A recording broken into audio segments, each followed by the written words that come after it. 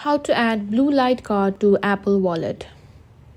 If you're looking for a quick and easy way to add your Blue Light card to your Apple Wallet, you've come to the right place. In today's tutorial, I'll walk you through how to store your Blue Light card digitally so you can easily access it right from your iPhone. So let's get started.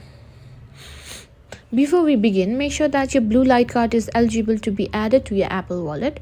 Not all cards are supported by Apple Wallet, but the Blue Light card often has the digital version or an option to add it to your wallet. Check if you received any email or instructions from Blue Light card about adding it to your phone.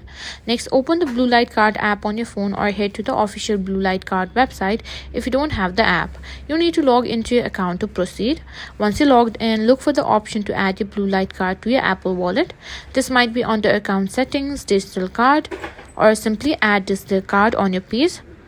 When you find the option to add your card to Apple Wallet, simply tap it. A prompt will appear asking you to confirm that you want to add your Blue Light card to your Apple Wallet. Simply tap Add to proceed.